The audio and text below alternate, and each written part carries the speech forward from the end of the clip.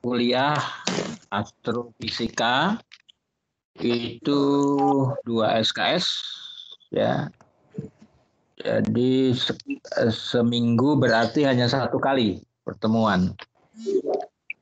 Iya, Pak. Seperti yang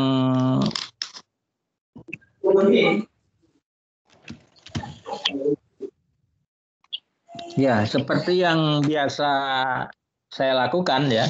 Jadi Bapak ini mengajar astrofisika itu ditemani sama Pak Andi Purwanto ya, jadi berdua. Jadi nanti apa namanya, ini gimana ini Pak Andi, kita bagi separuh-separuh ya. Siap Pak, siap. Oke, bagi separuh-separuh. Nah, jadi metode sebelum itu nanti nilainya pokoknya dibagi 2 ya, nilainya nanti saya dengan Pak Andi 50%, 50%. Nah, metode yang selalu saya berikan adalah membuat tugas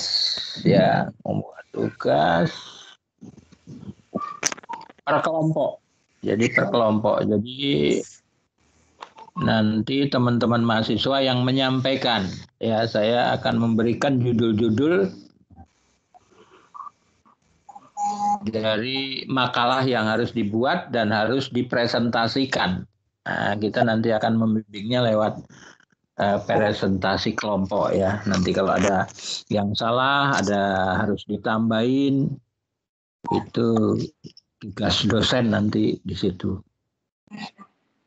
Nah, ini jumlahnya 44 ya, 40.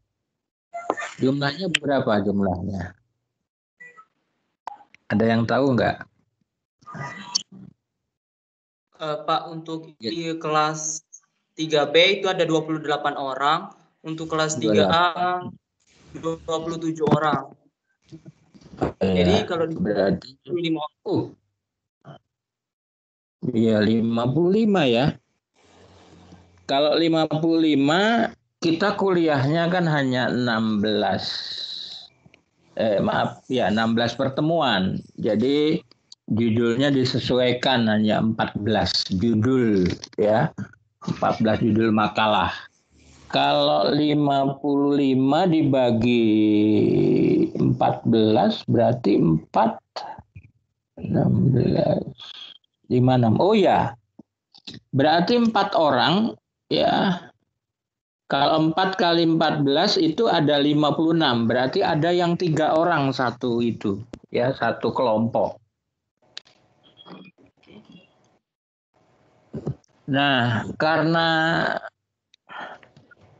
apa namanya baru tahu, jadi hari ini nanti pembagian kelompok ya, pembagian kelompok, dan saya akan menjelaskan materi yang harus dipresentasikan. Nah, sekali lagi nanti silahkan satu kelompok 4 orang ya, silakan mau dikocok atau tidak. Jadi saya akan ngasih judul-judul dari apa namanya, makalah yang harus dibuat ya. Gimana teman-teman, sudah ini siap? Pak, izin bertanya Pak. Kan per kelompok itu ada 4 orang atau 3 orang, berarti apakah itu digabung kelas A dan kelas B atau dipisah kelas A dan kelas B-nya? Bebas ya, mau dipisah boleh, mau digabung juga boleh, nggak apa-apa. Yang penting kelompok saya butuh 14 kelompok yang harus menampilkan materi astrofisika ya, pengantar ini. Gitu Mas. Silakan Pak. aja ya. Ya. Jadi nanti untuk judul pertama itu minggu depan ya, minggu depan sudah harus masuk. Kemudian dan selanjutnya nanti berarti ada yang harus digabung ya. Karena hari ini belum bisa tampil. Ada lagi yang mau ditanyakan? Nanti sistemnya itu diskusi ya. Diskusi sampaikan, nanti kalau ada pertanyaan dijawab. Ya, itu kalau nggak ada ya ditunjuk ya kelompok mana yang harus bertanya atau yang harus. Kalau begini biasanya kalau yang nanya itu banyak ya, yang mau nanya itu banyak, tapi yang mau menjawab itu yang nggak ini ya, yang nggak apa namanya nggak mau biasanya.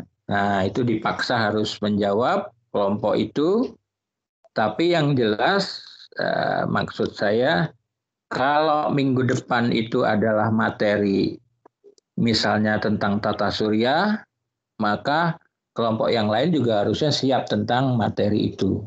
Ya, seperti itu biasanya. Jadi Ya. kalau misalnya minggu depan adalah misalnya teori tentang asal-usul tata surya, maka kelompok yang lain juga harus siap-siap ya. Siapa tahu nanti ditunjuk untuk menjawab pertanyaan-pertanyaan yang disampaikan sama dari teman-teman kita itu. Ya, Pak. Ya, ini mohon maaf ini dari tahun ke tahun memang saya lakukan seperti itu ya, sehingga lebih aktif dibanding kalau saya nampilkan ya, saya sampaikan itu tetap aja saya ngomong, teman-teman semua mahasiswa ngobrol ya gitu biasanya gitu. Jadi ini tekniknya apa metodenya harus dirubah ya. Caranya yaitu dengan membuat kelompok. Nah, ini bisa disimak ya. Nanti saya akan menyebutkan judul-judulnya, judul makalahnya. Nanti silakan disimak. Kalau nggak bisa nanti saya akan ngirimnya ya. Ngirim itu lewat WA nanti saya kirimnya. Izin bertanya sebentar. Ya, silakan.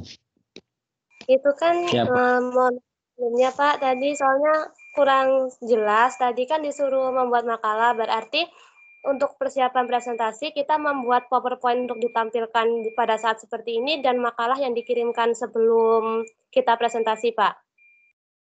Atau ini saja pada saat aja Mbak Inaya. Pada saat presentasi itu silahkan makalahnya diberikan ya lewat WA, bisa lewat WA ke saya atau ke Pak Andi ya. Begitu biar bisa dinilai nanti ya, bisa dibaca-baca dulu. Ya, baik Pak, gitu. Terima kasih. Oke. Ada lagi? Kalau nggak ada, saya akan bacakan ya. Jadi materi yang pertama itu adalah tata surya, ya, tata surya. Nah, di sini yang dimaksud tata surya itu adalah nanti matahari sebagai pusat tata surya. Nah, yang dibahas adalah anggota tata surya itu, ya, ada planet, ada satelit, ada komet, ada asteroid, ada meteoroid, ada meteor, ada meteorit. Nah, jadi gitu ya. Nah, nanti silahkan dibuat juga perbandingan antara antar planetnya itu. Jadi dibuat boleh pakai tabel, boleh tidak ya. Nah, di situ. Nah, misalnya jarak rata-rata dari matahari ya untuk planet Merkurius itu berapa, Venus berapa, sehingga nanti kita tahu perbandingannya ya itu jaraknya. Oh ternyata yang paling jauh adalah planet apa misalnya gitu ya. Kemudian juga kalau bisa garis tengahnya planet itu bagaimana ya terhadap matahari misalnya perbandingannya begitu. Bila perlu masanya karena kita apa namanya astrofisika ya astrofisika jadi harus hubungannya eh, dengan besaran-besaran fisikanya ya. Lalu periode rotasinya, periode revolusinya ya itu harus disampaikan di situ. Nah, kemudian yang kedua adalah ini bentuk orbit planet. Yang perlu dibahas di dalam orbit bentuk orbit planet. Nah, nanti orbitnya berbentuk elips ya. Jadi nanti sebelum kita akan membahas tentang hukum-hukum Kepler. Jadi ada hukum Kepler 1, 2, dan 3, termasuk hukum gravitasi Newton. Karena kita nanti akan membandingkan apakah sesuai hukum Kepler itu dengan hukum gravitasi Newton. Ya paling tidak yang hukum kedua Kepler. Ya kalau hukum ke 1 nggak akan sama. Karena hukum Kepler pertama kan bahwa setiap planet melintasi mengitari matahari dalam bentuk elips ya itu begitu. Jadi apa namanya pembahasannya seperti itu. Kemudian apa namanya yang ketiga itu teori asal usul tata surya. Nah ini jadi harus bisa menjelaskan tentang teori terjadinya tata surya. Ya, salah satunya misalnya teori apa namanya kabut ya, teori kabut kan Laplace ini terkenal sekali nih ya kan Laplace. Sehingga nanti betul-betul dari teori ini kita tahu betul bahwa apa namanya pembentukan tata surya itu berdasarkan teori tersebut. Walaupun teori-teori tersebut nanti bisa disanggah, belum tentu benar menurut fisika. Ya, menurut fisika bisa saja ada sanggahannya. Nah itu silahkan saja nanti supaya paham betul bahwa teorinya apa namanya, misalnya teori kabut ya, nebula misalnya. Jadi kabut bahwa tata surya itu terbentuk dari kabut ya, dari kabut yang berputar misalnya gitu kan. Kabut-kabut di angkasa ya, kabut atau debu ya, debu gas angkasa. Nah itu betul tidak menurut Kant dan Laplace. Ini teorinya Kant dan Laplace ya. Kant itu Immanuel Kant itu dari Jerman itu. Kalau Laplace dari Perancis ya, dari Perancis itu dua orang. Nah, nanti dia bisa disanggah itu ya terhadap teori kabut itu. Sanggahannya bagaimana? Nah, ini ada teori dari James Clerk Maxwell yaitu 100 tahun kemudian baru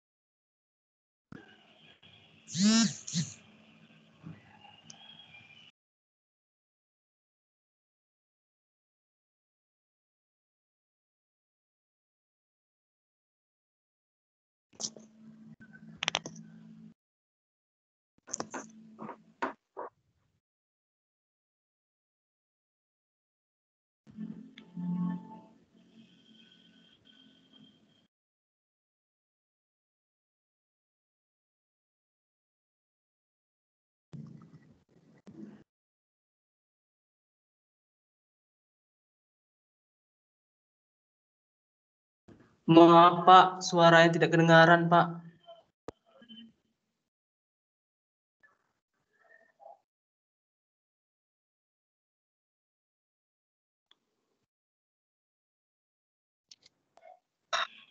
Tes? Sudah? Sudah Pak. Sudah, Pak. Oke. Sudah, Pak. Ya, Pak. Ya, sekali lagi nanti di dalam pembahasan tentang bumi sebagai planet, ya itu silahkan dibahas bagaimana mengukur massa bumi. Nah, ini oleh Cavendish terkenal itu, ya. Henry Cavendish itu menimbang bumi, katanya, waduh bumi kok ditimbang ya. Kemudian menentukan massa jenis bumi. Kemudian satu lagi adalah rotasi bumi. Nah, rotasi bumi itu cukup bagus itu karena ya memang bumi itu berotasi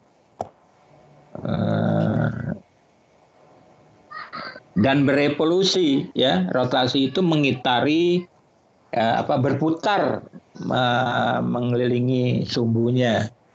Jadi mengelilingi porosnya yang mengakibatkan nanti ada peredaran semu harian benda langit ya. Itu terus ada apa lagi? Kalau berotasi itu pergantian siang dan malam ya. Terus ada perbedaan waktu. Terus ada silahkan kalau mau dibahas perbedaan percepatan gravitasi di permukaan bumi, kemudian pembelokan arah angin dan pembelokan arus laut. Ya, itu akibat bumi.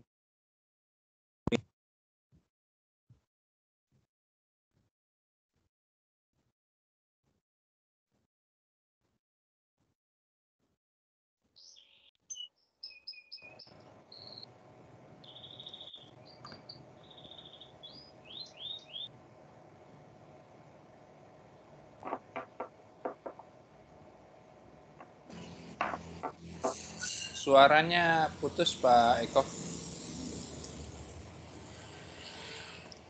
Kedengaran Pak. Oke ya, udah.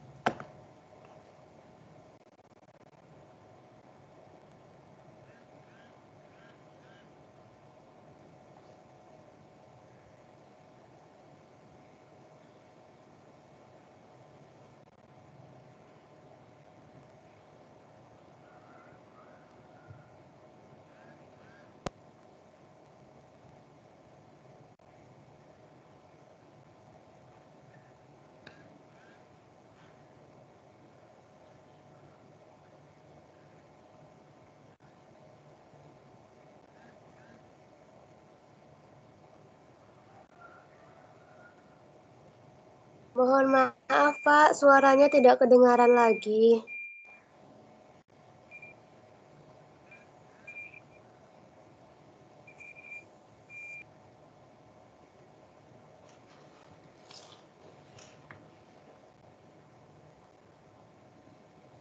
Kedengaran nih.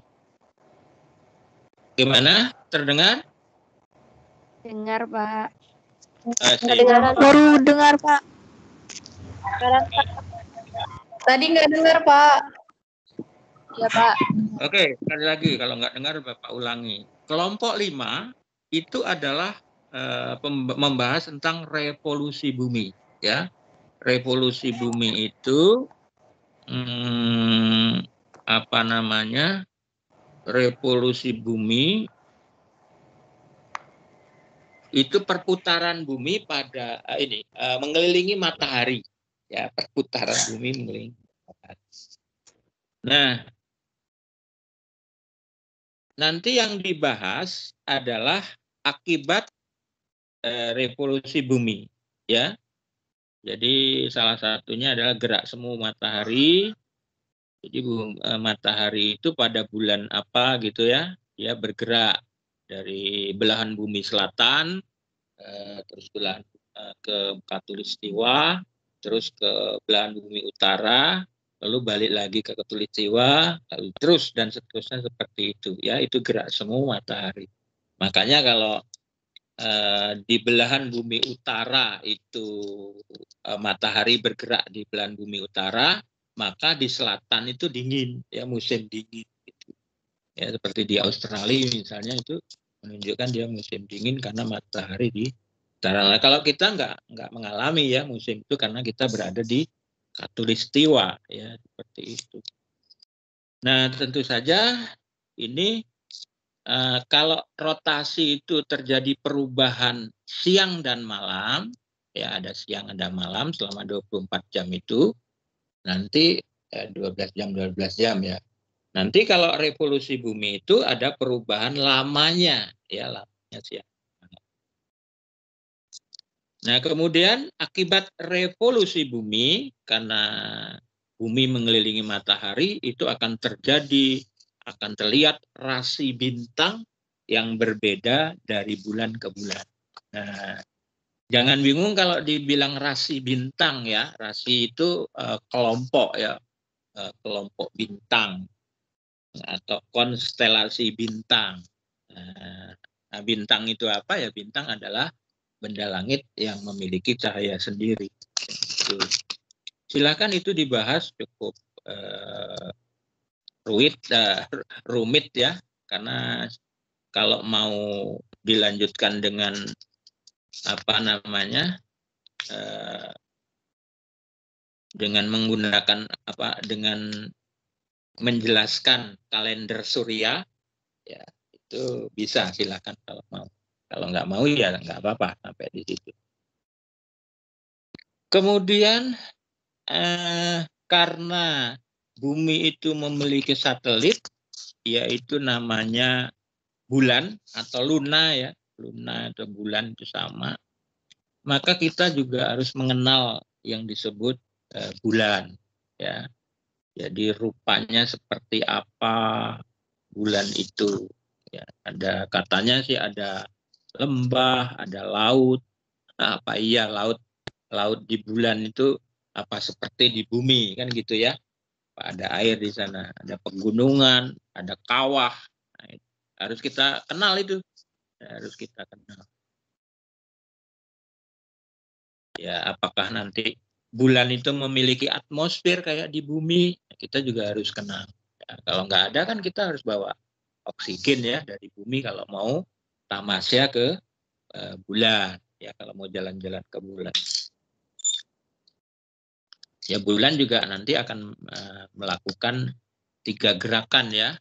Satu, rotasi, ya. Rotasi itu gerak bulan mengitari porosnya, sumbunya sama kayak tadi. Terus ada revolusi, gerak bulan itu mengitari matahari karena dia sebagai satelit, ya. Satelit adalah pengiring planet, ya, itu benda langit yang mengiringi planet, itu satelit namanya. Terus dia satu gerakan lagi adalah bersama-sama dengan bumi, si bulan tadi, mengitari matahari. Ya, nah itulah akibatnya nanti akan muncul apa yang disebut ada fase-fase bulan, lalu ada bulan apa itu, ada bulan baru, bulan purnama dan sebagainya, termasuk nanti ada namanya gerhana bulan, ya. Jadi gerhana bulan. Nah, tidak cukup dengan gerhana bulan, sekaligus pembahasannya masuk gerhana matahari juga, ya, disinggung karena itu hanya terjadinya gerhana kan hanya sebetulnya letak, ya, posisi antara bumi, bulan dan matahari. Ya. Kalau buminya itu ketutup bulan, ya gerhana bulan. Ya, seperti itu. Ini gerhana matahari, ya. Matahari nggak bisa langsung ke bumi, maaf. Kalau buminya ketutup bulan, nah, gitu ya. Jadi nanti itu karena posisi. Terus catatan saya ini juga baru mencatat itu ya, catat yang sudah ada. Nah, tentang jagat raya, kita masuk jagat raya. Tapi yang dibahas adalah matahari sebagai bintang, ya. Jadi matahari sebagai bintang. Walaupun kita belum mengenal bintang, tapi nanti akan semakin mantap ya kalau kita sudah mengenal bintang.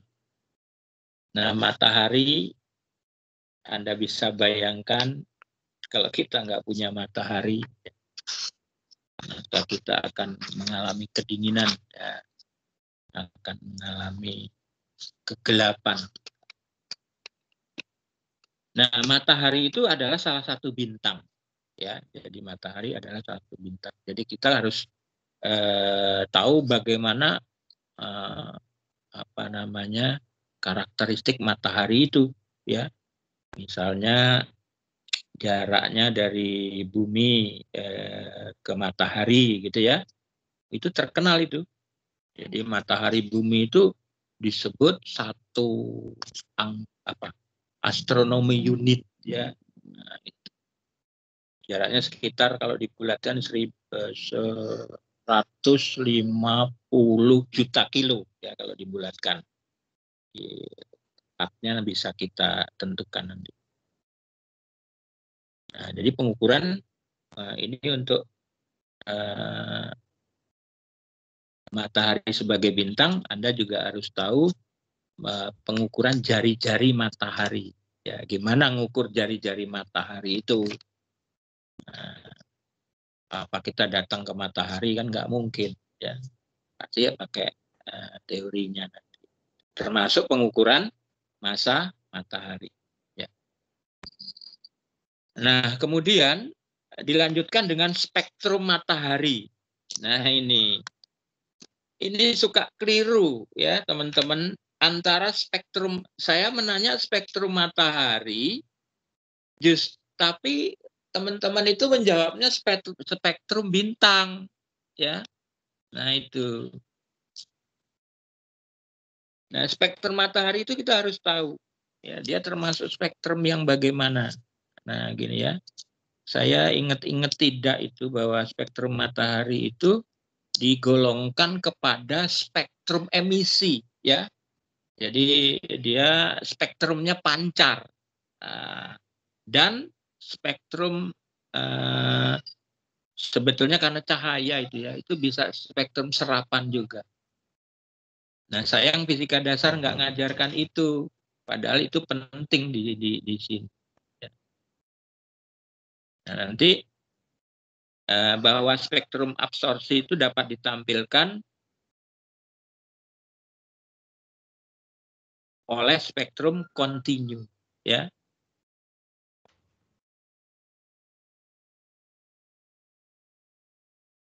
Jadi apa itu spektrum kontinu? Itu adalah spektrum, ya, yang pada pada lebar tertentu, ya, frekuensinya itu berurutan dan sambung menyambung, ya, kontinu. Jadi itu. Nah, ini bisa dihasilkan oleh zat padat yang berpizar. Nah, matahari itu kan zat padat yang berpizar. Nah, nanti di dalam spektrum itu ternyata ini dibuktikan oleh, saya ingat oleh namanya Fraunhofer ya, ada garis-garis hitam ya pada spektrum garis itu ya, termasuk spektrum garis dia. Jumlahnya nggak tahu berapa, nanti bisa itu cari ininya ya, cari dicari ininya rujukannya ya, ada berapa garis. Nah, sehingga dikenal dengan garis-garis Fraunhofer ya, itu sebetulnya spektrumnya seperti itu. Nah, ini berguna sekali kalau kita tahu spektrum matahari itu dengan analisis spektroskopi namanya ya. Itu kita bisa menentukan unsur-unsur penyusun matahari ya. Saya dulu tahun 79 saya sudah ngajar SMA itu, mengajarkan itu ya, spektrometer, alat untuk ini menentukan spektrum itu. Spektrograf itu ininya apa? Ada spektroskop, ada spektrometer, ada spektrograf ya, ya. Terus pengukurannya namanya spektroskopi. Itu penting ya. Jadi kalau apa namanya, kalau orang-orang lain kalau mau menentukan matahari itu ada unsur apa gitu, mereka pergi berangkat ke matahari kan gitu. Nah, kalau di kita enggak, orang fisika enggak tinggal duduk manis, gunakan pakai teropong, minjem Galileo Galilei, nanti dianalisis spektrum. Seperti itu. Sehingga di matahari itu kita dapat menentukan ada hidrogen, ada helium, ada oksigen, ada karbon, ada neon, ada besi, ada nitrogen, ya, silikon, magnesium dan sebagainya. Yaitu unsur-unsur dari penyusun matahari. Itu ya, teman-teman. Jadi seperti itu. Nah, termasuk nanti suhu matahari. Kita juga harus tahu ini. Suhu fotosfer misalnya. Itu kan ya sekitar 6.000 ya, fotosfer pada bagian luar. Itu 6.000 Kelvin. Tapi ada yang bilang 5.700. Nanti besaran-besaran yang seperti itu jangan terlalu jangan didebat lah ya. Ada yang 5.700 Kelvin, ada yang bilang 6.000. Yaitu pendekatannya seperti itu. Nah, kalau ditanya bagaimana menentukannya, kok bisa begitu? Nah, ini ada wilayah, saya nggak ngajar ini, wilayah fisika modern, ya. Nanti bisa dijawab dengan hukum pergeseran Wien. Nah, itu ya. Jadi Anda belajar astrofisika itu seperti itu. Oke, ini kalau mau dilanjutkan energi matahari silahkan ya, silahkan. Itu saya suka ya. Itu cuman masalahnya kan itu menggunakan fisika inti. Nah, sementara Anda sekalian belum masuk fisika inti, tapi nggak apa-apa ya. Jadi nanti di matahari itu terkenal dengan reaksi fusi. Nah, fusi itu penggabungan inti ringan ya, inti ringan itu. Kalau fisi itu pembelahan. Nah, jadi nanti di situ ada proton ya, ada proton itu hidrogen ya, hidrogen 1H1. Kalau deuteron 1H2 ya, itu nanti menjadi deuteron menjadi triton dan menjadi helium He ya. Jadi dia memancarkan energi. Nah, itulah Anda memang harus paham ini, karena energi yang dipancarkan oleh matahari itu setiap detiknya itu berapa atom, berapa ton hidrogen ya dipancarkan itu. Tapi yang penting di sini ada istilah dengan apa namanya? Aduh, ini rumusnya kalau mau main rumus itu E sama dengan MC kuadrat ya. Massa defect ya, massa defect. Nah, jadi massa defect itu berapa juta ton massa yang harus ini, sehingga energi yang dibebaskan nanti akan menghasilkan katakanlah berapa juta. Ini ordernya enggak juta ya. Bisa saja kalau ini ya, kalau apa ya? Kalau tera giga, tera itu 10 tera giga mega. Giga itu mega 10 pangkat 6. Giga 10 pangkat 12 ya. Giga. Tera 10 pangkat tambah 3 itu 15. Peta 10 pangkat 18 dan seterusnya. Ini di atas itu ya. Sementara kita sistematriknya itu baru ya dimulai dari itu, dari eksa ya, eksa, peta, tera, giga, mega, kilo, hektodekadesi dan seterusnya. Itu sistem ininya sistem metriknya. Jadi kalau misalnya gigajoule, nah ini sementara matahari itu adalah sekitar ya berapa kali 10 pangkat 26 joule ya, 26 joule, jadi besar sekali. Makanya jangan khawatir bahwa energi segitu itu akan dihabiskan masih dalam waktu 5 miliar tahun ya kalau dihitung. Nah, jadi kalau seandainya yang namanya kiamat itu akan nanti mataharinya redup, itu masih 5 miliar tahun. Nggak mungkin ya. Kita juga nggak sampai 1 miliar tahun aja nggak sampai umur kita. Nah itu logikanya ya. Makanya saya senyum-senyum aja. Ya kalau dibilang terjadi kiamat kubro karena saya pengajar astrofisika, saya kaitkan dengan perhitungan dari fisika ya, bahwa energi matahari itu akan dipancarkan ke dunia ini masih dalam itu ya, dalam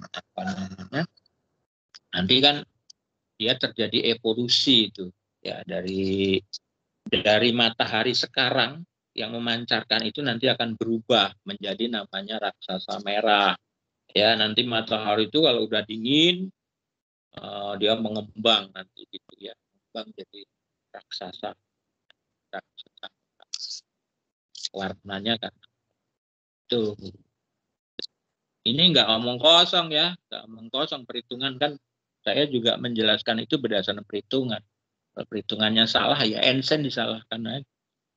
Kenapa Einstein menciptakan E sama dengan mc kuadrat ya. Tuh. Oke.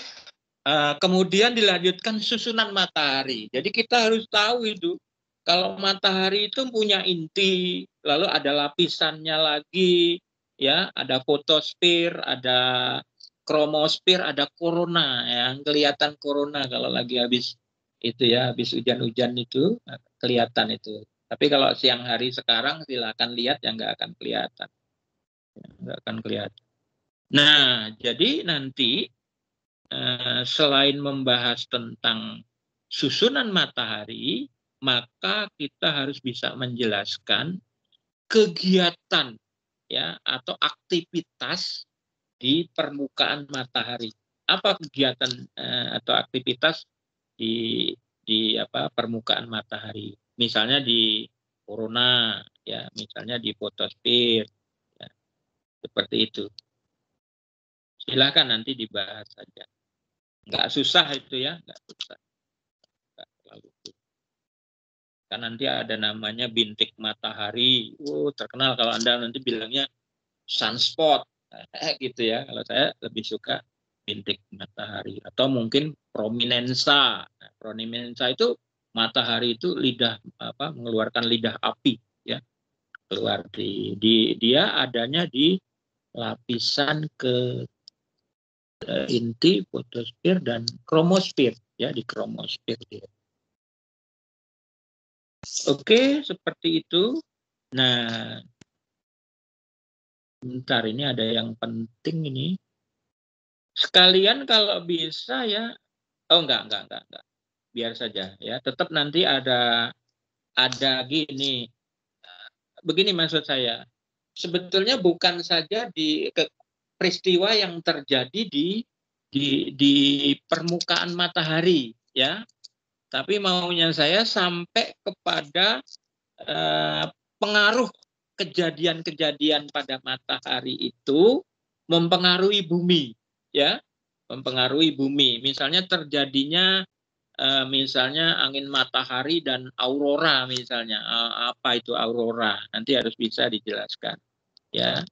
Itu seperti itu. Kemudian ada namanya nanti badai magnetik dan sebagainya. Nah, kalau aurora katanya sih ada aurora borealis ya, itu di kutub utara, dan aurora australis itu di kutub selatan. Nah, di situ nanti akibat-akibat dari peristiwa aktivitas matahari akan muncul yang disebut sabuk radiasi Van Allen, ya, termasuk badai magnetik. Jadi kalau badai magnetik terjadinya matahari sedang aktivitasnya tinggi, sudah ya, kita mau nonton TV itu karena pengaruh badai magnetik, maka ada cuacanya kurang baik istilahnya gitu kalau orang. Padahal itu terjadi aktivitas matahari yang kadang-kadang meningkat, kadang-kadang redup gitu ya, dia tidak ada aktivitas yang sangat tinggi.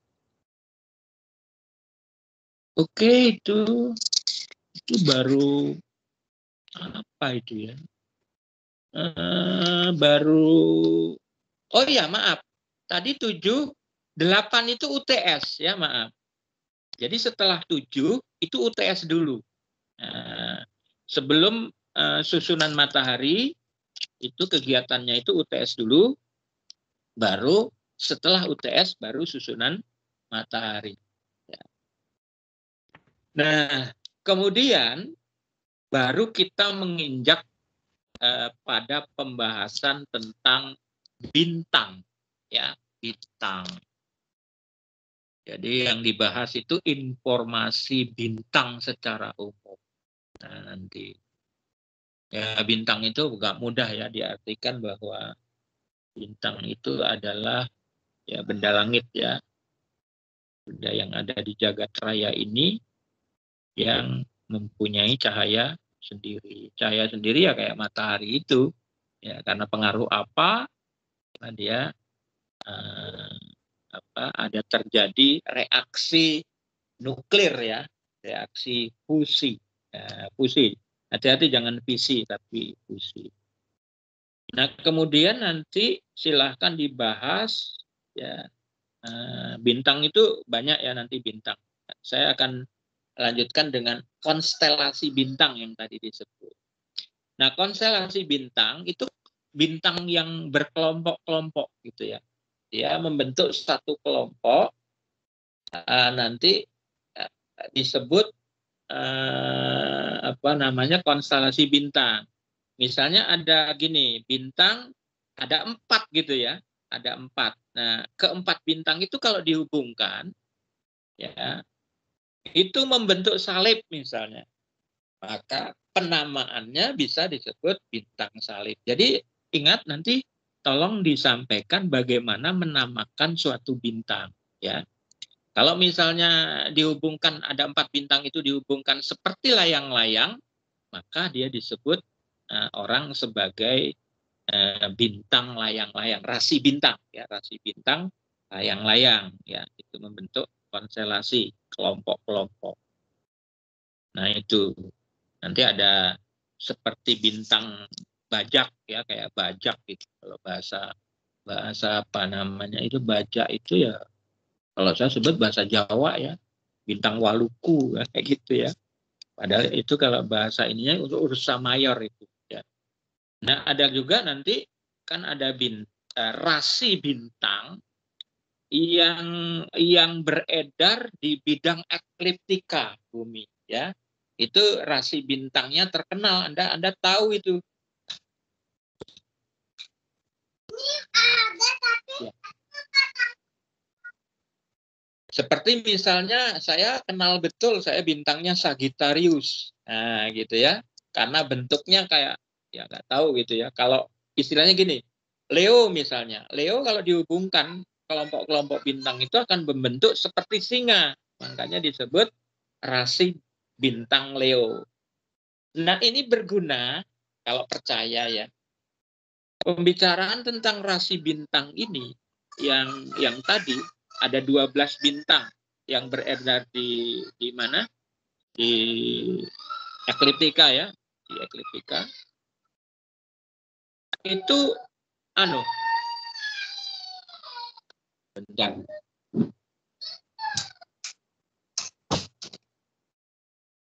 Dihubungkan dengan ramalan nasib manusia. Jadi nanti namanya ilmunya itu astrologi ya. Astro itu bintang, logos ilmu. Jadi ilmu tentang perbintangan yang dikaitkan dengan ramalan nasib manusia ya, seperti itu.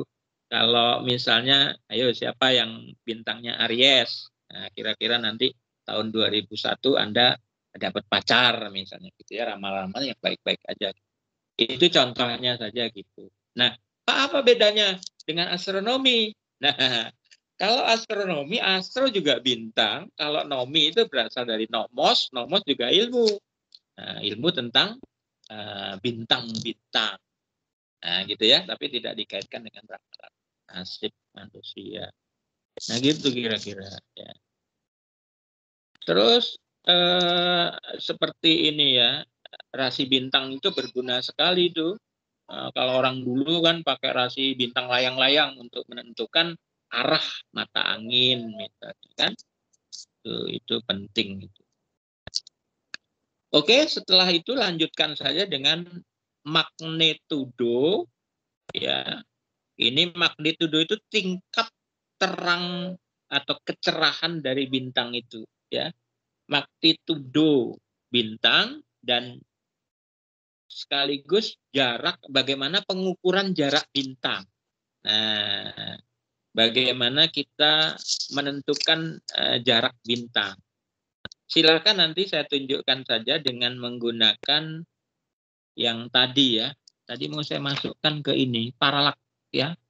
Menentukan jarak bintang dari bumi itu dengan metode paralak bintang. Silahkan ya. Ini penting. Jadi kita tahu walaupun caranya seperti ini ngukur jarak bintang. Karena satuannya besar-besar ya. Ada jarak itu diukur dengan parsek ya. Parsek itu sekitar 3 tahun cahaya ya, lebih ya, 3 tahun cahaya parsek. Nah, Anda juga harus tahu itu parsek. Tuh. Kelompok 11. Nah, ini spektrum bintang. Spektrum bintang. Spektrum bintang itu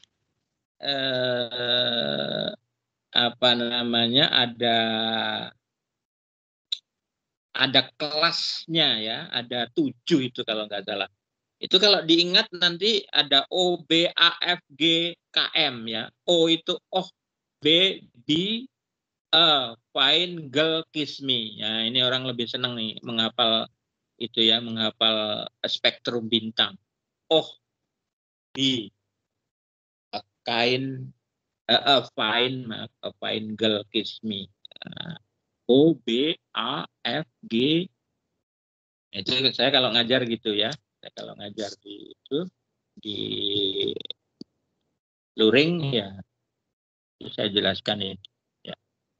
Nah, nanti yang termasuk contohnya aja misalnya matahari. Ingat betul saya, warnanya kuning itu termasuk spektrum G ya. Nah, jadi di sana nanti di spektrum bintang yang warna kuning itu mengandung logam ya, ada logam. Terutama kalsium ya, kalsium. Nah, kemudian ini karena ada hubungan antara magnitudo dan kecerahan bintang. Jadi kecerahan bintang dengan magnitudo itu ada hubungannya, ya. Sehingga nanti Anda harus membahas hubungan antara magnitudo dan kecerahan bintang itu, ya, dengan menggunakan namanya diagram HR. Ya, diagram HR, Hertzsprung dan Russell, ya. Hanya itu Hertzsprung dan itunya Russell. Silahkan nanti ambil itu di internet ya. Mudah-mudahan di Mbah Google itu udah saya tengok gitu, ada yang bagus-bagus itu diagramnya. Itu untuk menjelaskan hubungan antara magnitudo dan kecerahannya ya, nanti di situ. Nah, barulah ini yang biasanya ini yang dulu kalau saya kuliah ini paling disukai ya sama dosen saya, itu evolusi bintang. Jadi 12 kelompok 12 itu evolusi bintang, ini agak padat ini. Jadi nanti bagaimana yang namanya evolusi itu, bintang itu lahir, lalu hidup, lalu mati. Nah, bagaimana kelahiran sebuah bintang itu? Ya, lalu dia hidup, lalu nanti terjadi hal-hal tertentu mengakibatkan dia akan mati. Ya, kalau bintang yang besar-besar itu matinya itu nanti akibat dentum supernova ya, super besar nova itu dentuman besar. Nanti setelah mati, setelah pecah, lalu ada namanya black hole ya. Kalau bintang-bintang yang ya kecil lah ya, ukurannya kecil itu dibandingkan dengan matahari ya. Nanti pembahasannya kalau kita membandingkan suatu bintang ukurannya dengan matahari ya, karena matahari itu sebagai bintang yang kita ketahui, kita miliki di galaksi kita, galaksi Bima Sakti ya. Nanti harus dijelaskan itu. Kalau ini bab berikutnya adalah tentang galaksi ya, penamaannya, kenapa disebut Bima Sakti, kenapa kabut susu ya, milkwa gitu ya, seperti itu. Nah, jadi seperti itu. Jadi nanti kalau siklus hidup bintang-bintang itu tentu dimulai dari kelahirannya, terus dia akan berubah ya. Misalnya bintang kuning itu akan menjadi raksasa merah seperti ini yang tadi saya sebutkan ya, matahari itu akan menjadi raksasa merah. Kalau udah raksasa merah nanti mengecil menjadi katai putih. Kalau udah jadi katai putih nanti menjadi katai merah. Katai itu cebol ya, cebol kecil, dan nanti akan menjadi katai hitam ya, berbeda dengan yang bintang biru. Nah, kalau bintang biru itu berubah menjadi maha raksasa biru, berubah menjadi lagi maha raksasa merah, lalu terjadi ledakan besar supernova, lalu ada yang kecil-kecil menjadi bintang netron karena bintang di situ mengandung netron, dan satu lagi adalah black hole, lubang hitam ya. Ini harus lengkap ini jelaskan evolusi bintang, karena kebanyakan nanti saya aja bisa nebak ya, dulu saya astrofisika itu dapat A loh, teman-teman malah C aja berat ya, karena saya udah bisa nebak-nebak gitu, ini disenengin dosen nih, keluar betul itu Ya kita tinggal nyalin aja ya jawaban itu. Karena kita pahami betul. Kalau nggak paham, bagaimana mau bisa nilainya bagus gitu ya. Jadi sekali lagi Anda harus punya percaya diri ya. Seperti Pak Andi Purwanto itu, pintar sekali itu ya, fisikanya itu paling jago di kelasnya dulu. Kalau mau tahu pada zamannya itu, mudah-mudahan sekarang juga sama ya. Itu gitu ya. Nggak pernah nilainya itu di bawah 100 ya. Sementara teman yang lain nilainya 40 ya. Ya Mbak Nur Ainaya nilainya 30 paling. Pak Andi itu 100 itu nilainya. Karena saya yang ngajar. Nah itu ya, jadi nanti ada namanya lubang hitam. Jadi harus paham betul apa itu lubang hitam. Kemudian yang berikutnya adalah galaksi. Nah, yang galaksi itu nanti kalau boleh saya titip, kalau keberatan yang evolusi bintang, itu bagaimana mendeteksi lubang hitam. Ya, bagaimana si lubang hitam itu bisa deteksi, padahal tidak kelihatan. Ya, kalau ada benda-benda angkasa masuk lubang hitam, dia nggak tahu kalau itu lubang hitam. Tiba-tiba disedot, kok disedot? Bukan ya, karena gravitasinya besar, tiba-tiba ditarik, masuklah ke lubang hitam ya, black hole itu. Nah itu saya titipkan di situ ya. Kalau bisa di evolusi bintang boleh. Kalau nggak bisa titipkan ke kelompok 13 galaksi, itu membahas sedikit tentang menentukan adanya bintang neutron dan lubang hitam ya. Bagaimana mendeteksi adanya itu ya. Oke, yang 13 adalah galaksi. Nanti ada saya ini ya. Saya tertarik dengan galaksi Bima Sakti. Nanti ada galaksi apa namanya? Aduh. Andromeda ya, galaksi Andromeda. Bisa juga. Ada galaksi. Galaksi itu kepulauan ruang angkasa ya, kepulauan ruang angkasa. Jadi di situ nanti bentuknya macam-macam, ada yang bentuknya kayak piringan kayak apa gitu. Aduh, cakram ya. Seperti itu. Kenapa begitu? Nanti bisa jawab itu oleh yang bahas tentang galaksi ya. Nanti ada yang menarik adalah kuasar ya, sama radio dan kuasar ya, ada istilah kuasar gitu. Nah itu sebetulnya termasuk galaksi ya, galaksi radio. Nah, itu apa itu? Kalau galaksi radio berarti dia memancarkan gelombang radio. Nah ini Anda harus hafal itu ya, gelombang elektromagnetik itu dari frekuensinya yang besar ke frekuensi yang dari apa ya, kecil kayak menjadi yang besar itu ya.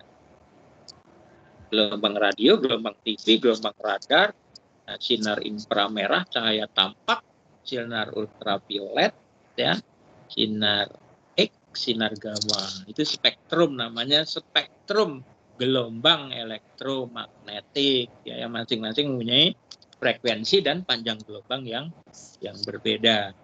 Anda tahu kan, kalau frekuensi sama panjang gelombang itu berbanding terbalik. Jadi kalau frekuensi besar, panjang gelombangnya pendek. Kalau panjang gelombang pendek, daya tembusnya besar, gitu ya. Begitu. Fisika itu seperti itu pemahaman. Jadi jangan hafalan. Ya. Oke, yang nomor 14 itu teori jagat raya. Nah, tentang teori jagat raya ini nanti Anda harus menjelaskan masa depannya bagaimana si jagat raya ini ya. Nah, lalu menghitung usianya. Nah, usia jagat raya itu ngitungnya gimana? ya, jagat raya. Jadi harus bisa menghitung kira-kira ini seperti ini. Ya, nanti pakai persamaan ini saya catat ini ada.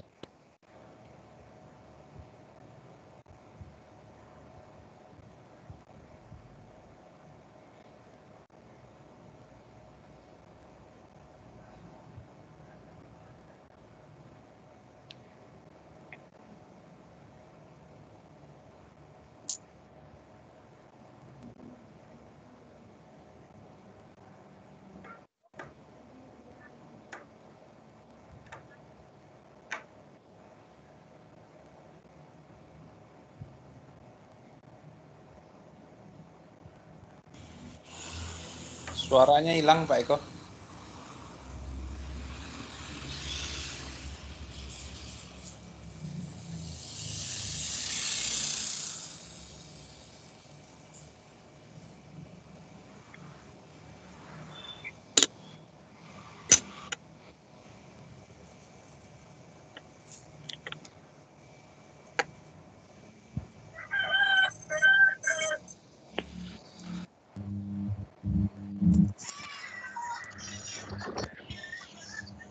Masih hilang?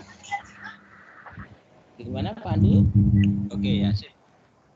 Ya, sekali lagi, jadi kita memang harus rujukannya itu benar-benar ya, paham betul apa itu benar atau tidaknya juga. Ya ini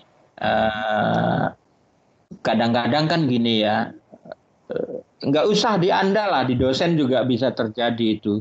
Pertanyaannya adalah sebetulnya misalnya angin itu adalah udara yang pindah. Nah, udara itu pindah disebabkan oleh tekanan atau suhu, perbedaan tekanan atau perbedaan suhu. Nah, ini teman-teman itu masih ngotot suhu. Jadi suhu yang dingin ke suhu yang panas gitu. Kalau saya setuju suhu tapi belum selesai gitu ya. Kalau suhunya dingin, maka tekanannya besar gitu, ya. Jadi makanya nanti perpindahannya itu dari tempat daerah yang bertekanan tinggi ke tempat yang bertekanan rendah. Nah itu udah dinyatakan sama ahlinya gitu ya. Ahlinya itu Buys-Ballot namanya, makanya sehingga terkenal dengan hukum Buys-Ballot gitu. Nah ini teman-teman suka gitu ngotot, enggak yang benar suhu katanya. Waduh, saya jadi repot gitu ya. Repot gitu, artinya itu salah itu teori itu. Kalau misalnya menjelaskan angin darat misalnya kan, angin laut misalnya, angin laut itu terjadi siang hari. Nah itu ya, angin laut itu terjadi siang hari. Nanti angin yang bergerak dari laut ke darat. Nah, kenapa? Nah, laut ke darat kan gitu. Nah, daratan itu udara di atas daratan lebih panas dibanding udara di atas lautan, suhunya lebih tinggi gitu ya. Akibatnya udara di atas daratan itu karena suhunya tinggi, maka tekanannya kecil gitu loh dibanding tekanan udara di atas lautan. Sehingga nanti ada udara yang pindah dari atas lautan itu ke daratan sehingga disebut angin laut. Terjadinya siang hari karena butuh matahari ya, supaya memanaskan udara di daratan kan adanya matahari gitu ya. Jadi betul-betul nih bagus gitu ya. Saya terkenang betul ya, saya ngambil mata kuliah geofisika ini buat sombong nggak apa-apalah, terserah ya. Bagi saya bukan sombong tapi apa namanya, memotivasi Anda gitu ya. Saya geofisika itu dia seneng betul kalau menjelaskan teori lempeng tektonik gitu kan. Lalu menjelaskan terjadinya angin darat, angin laut. Nah, udah saya pelajari itu ternyata betul, akhirnya nilainya A lagi. Sementara yang lain nggak ngerti apa-apa gitu ya, nggak ngerti karena nggak paham gitu, nggak mau belajar bukannya itu ya, termasuk Anda itu nggak mau belajar sih ya. Itu makanya kalau dosennya saya itu harus belajar ya, harus belajar, nggak boleh, harus apa yang Anda katakan itu sebaiknya jangan hafalan. Ya, dari hafalan oke, karena itu tingkat kognitif yang paling rendah ya, tingkat kemampuan paling rendah itu namanya hafalan. Ya, kalau nggak hafal juga bisa runyam ya. Jadi betul gitu, tapi harap diketahui menurut taksonomi Bloom dia harus naik satu tingkat menjadi paham. Ya, kalau udah paham itu enak gitu ya. Enak gitu. Jadi bisa lah gitu. Nah, kelompok yang terakhir itu saya menyisipkan materi global warming. Nah, ini menarik ya. Ini materi waktu saya ngajar di S2 tentang global warming, karena mahasiswa S2 pendidikan IPA dulu, itu terdiri atas mahasiswa. Latar belakangnya itu adalah fisika, pendidikan fisika, ada yang pendidikan kimia dan pendidikan biologi. Nah, itu saya suruh menguraikan bagaimana dari sisi fisika, dari sisi kimia, dari sisi biologinya. Ya, saya matang betul ini masalah global warming ya. Ini silahkan nanti dicari saja itu apa namanya judul titipan ya, judul titipan untuk astrofisika. Jadi itu yang dapat saya sampaikan. Kalau kurang jelas nanti bisa ditanyakan ya. Mungkin Pak Andi bisa ada tambahan. Pas Pak. Lagi ya. Belajar juga ini karena mempersiapkan ke depannya kan. Oh ya. Ya. Bapak. Oke. Ya. Gimana Mbak? Mohon maaf ya Pak, tadi suaranya sempat ada yang hilang, jadi saya kurang jelas Pak. Untuk judul yang Revolusi Bumi itu kelompok 5 Pak. Iya, kelompok 5. Kemudian untuk bulan itu masuk dalam Revolusi Bumi atau judul sendiri Pak? Sendiri kelompok 6. Bulan sebagai satelit 6. Bumi.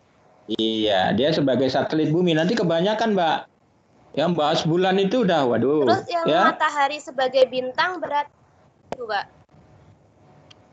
Matahari sebagai bintang itu masuk 7, kelompok 7. Itu banyak ya. Kemudian tadi matahari ada sebagai, jadi kan ada gini, matahari sebagai pusat tata surya, dia punya keluarga, punya anggota, namanya planet, ada satelit, ada planet, satelit, terus ada asteroid, ya, ada komet, ada meteoroid, ada meteorit, ada meteor. Itu macam-macam loh, ya. Meteorit itu kalau udah jadi batu itu udah di bumi. Kalau meteor itu yang masih yang di angkasa ya, gitu aja bedanya sih. Ya apalagi Mbak?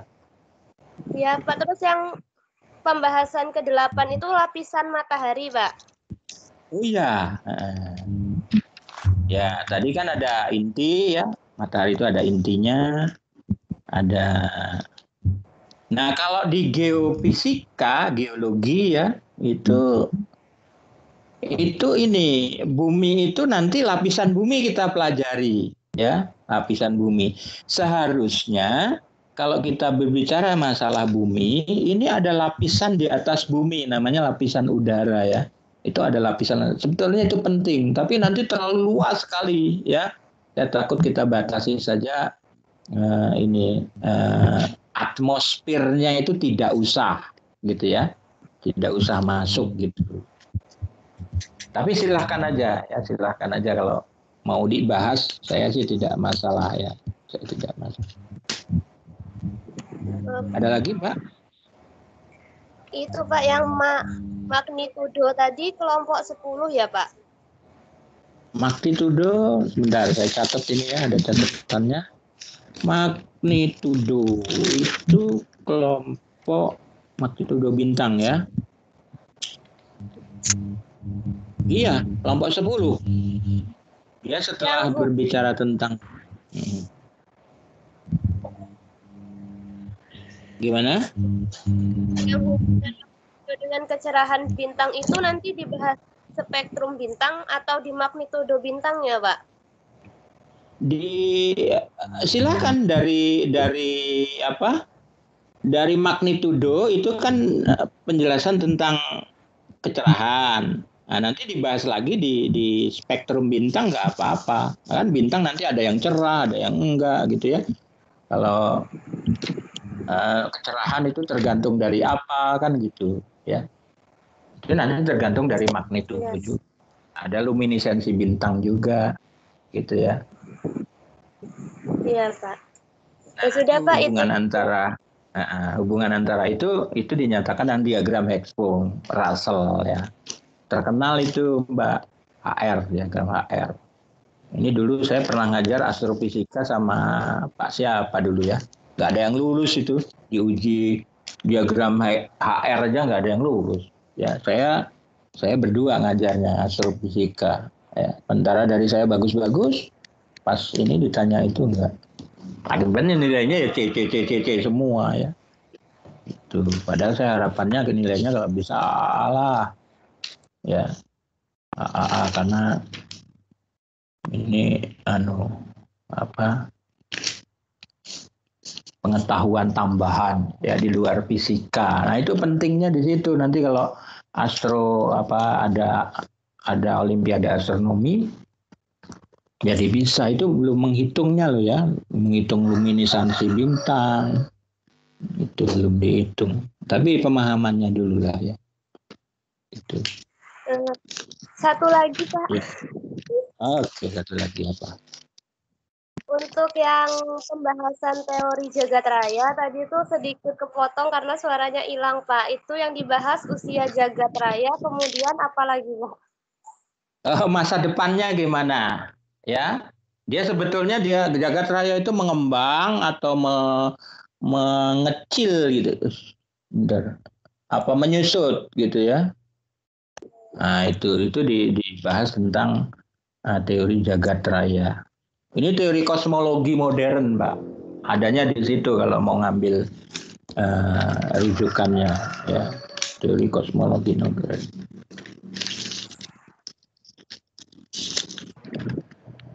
Pak, izin nanya Pak. Ya, silakan. Spektrum matahari tadi masuk materi mana ya Pak ya?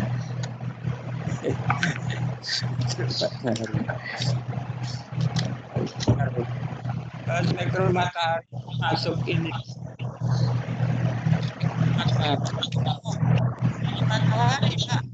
Matahari sebagai bintang ya Pak ya? Ya. Ya. Makasih Pak. Kita harus tahu dia spektrum pancar memang dia memancarkan dan kontinu ya. Ada semua warna itu. Cuman ada garis-garis hitam di warna kuning. Nah, kuning itu menyatakan natrium ya nanti ininya unsurnya unsur natrium.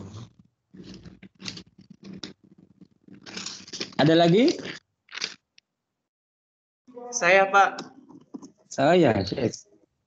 Wahyu. Pas tanya kepada yang judul kedua kan bentuk orbit planet. Di situ kata Bapak menjelaskan mengenai hukum-hukum Kepler. Nah, apakah hukum-hukum Kepler dikaitkan dalam hukum gravitasi atau dikaitkan dalam bentuk orbit planet? Gini Mas, gini ya. Silahkan bahas hukum gravitasi Newton. Ya, jadi hukum gravitasi Newton itu adalah hukum yang berlaku untuk untuk benda-benda angkasa ini. Ya, nanti misalnya itu kan hukumnya gini. Antara dua buah benda terdapat gaya tarik-menarik yang besarnya berbanding lurus dengan massa kedua benda tersebut dan berbanding terbalik dengan kuadrat jaraknya. Jadi misalnya antara bumi dengan bulan itu ada gaya tarik-menarik. Harus paham betul itu. ya, antara bumi dan bulan itu ada gaya tarik menarik. Kata siapa? Ya kata Newton. Yang sering saya sebut itu loh, saya kalau berkelakar itu adalah hukum keempat Newton. Ya, hukum keempat Newton itu ya hukum gravitasi Newton itu. Nah, gitu loh, ya. Nanti harus paham betul misalnya antara bulan dan misalnya antara bulan dan matahari atau antara bulan dan bumi misalnya ada gaya tarik menarik. Nah, kemudian sekarang gini, kalau bumi ditarik oleh bulan, gayanya di mana coba? Gaya tariknya harus tahu itu, ya. Kalau bulan menarik bumi, bulan menarik bumi. Maka gayanya itu, gaya tarik bulan itu ada di bumi, ya. Titik tangkapnya itu ada di bumi gayanya itu. Tapi kalau gaya tarik bumi terhadap bulan, maka gaya tariknya itu titik tangkapnya di bulan. Nah, nanti gaya tarik bumi terhadap matahari dengan gaya tarik gaya tarik bumi terhadap bulan dengan gaya tarik bulan terhadap matahari itu besarnya sama, ya. Harus paham itu yang gitu-gitu. Kalau ditanya nggak sama, waduh, udah lulus fisika dasar loh. Nah, ini kita aplikasikan di planet ini, ya. Ini saya nggak sombong ya. Ini saya mudah-mudahan apa yang saya katakan benar. Ini kejadian, Mas. Waktu teman-teman ikut astrofisika, ini dosennya, saya ngambilnya di ITB loh ya. Dosennya itu menanyakan ini, ya, kesesuaian antara hukum 2 Kepler dengan hukum gravitasi Newton. Jeblok semua, cuma Eko Swiss yang nilainya 100, Mas. Saya berpikir gini, pendekatan Newton itu kan dia itu bergerak melingkar sebetulnya itunya, ya, konsepnya itu. Sementara Kepler di dalam hukumnya itu si Kepler itu menyatakan planet itu bergerak mengitari matahari dengan lintasan berbentuk elip. Nah, elip dengan itu kan bingung mereka. Ternyata didekati dengan hukum Newton dengan gerak melingkar itu lebih mudah, ya. Itu dianggap begitu. Cocok ternyata. Ya, akhirnya saya 100 nilainya itu, ya. Nian itu, ya. Saya A itu astrofisika yang kayak gitu. Karena saya perhatikan betul, ini penting, ini harus tahu. Kalau nggak tahu harus belajar gitu. Ya, mohon maaf kalau saya sudah lupa ya hukum kedua gimana, hukum ketiga gimana, lupa. Lupa kan boleh-boleh saja ya. Tapi kalau lihat lagi kan ngerti, paham. Nah gitu Mas. Jadi nanti disambung dengan hukum Kepler. Apakah kalau Kepler tidak cocok dengan hukum gravitasi Newton, nggak ada kesesuaian. Wah ini bisa agak itu ya. Bisa agak aneh gitu ya. Aneh ternyata tidak. Ya bisa dibuktikan. Nah, itu. Mudah-mudahan kalau bisa jelaskan, jelas nanti keluar di UTS. Nah, betul, gitulah ya, kira-kira gitu. Kadang-kadang kan aneh-aneh ya, jawabannya aneh-aneh. Oke Mas Wahyu ya? Iya Pak, terima kasih Pak. Oke. Ada lagi?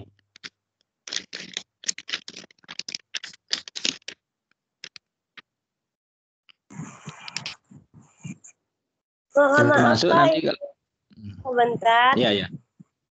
Sepertinya tadi takut ada yang salah lagi Pak. Ini saya coba menyebutkan judul dari 1 sampai 14 ya Pak. Takutnya ada yang nanti kami keliru gitu Pak. Boleh tidak Pak? Iya. Yang pertama. Boleh. Judul bisa bebas Mbak. Judul bisa bebas sih. Tapi intinya materinya itu gitu ya.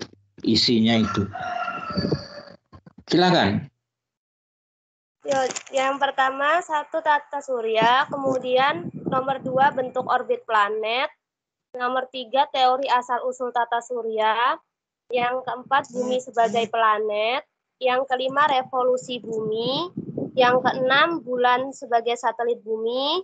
Yang ketujuh, matahari sebagai bintang. Yang kedelapan, lapisan matahari. Yang kesembilan, bintang. 10, magnitudo bintang. 11, spektrum bintang. 12, evolusi bintang. Sebentar, 13, sebentar Mbak. Sebentar, 10 bintang. 10 bintang kan, bintang-bintang.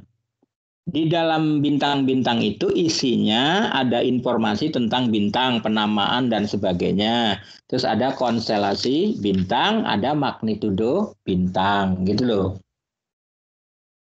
Oh, yang bintang-bintang itu 10, Pak? Iya, bintang-bintang itu 10. 11-nya spektrum.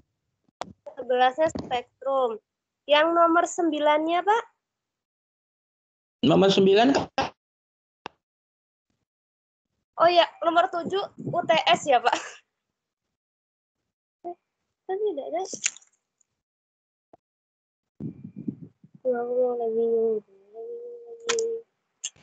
Saya potong sedikit. Nanti penjelasan Pak Eko dari awal sampai akhir bisa dilihat di rekaman kuliah kita ini. Kita kan sudah satu saluran. Jadi apa yang dibicarakan di sini bisa diputar ulang.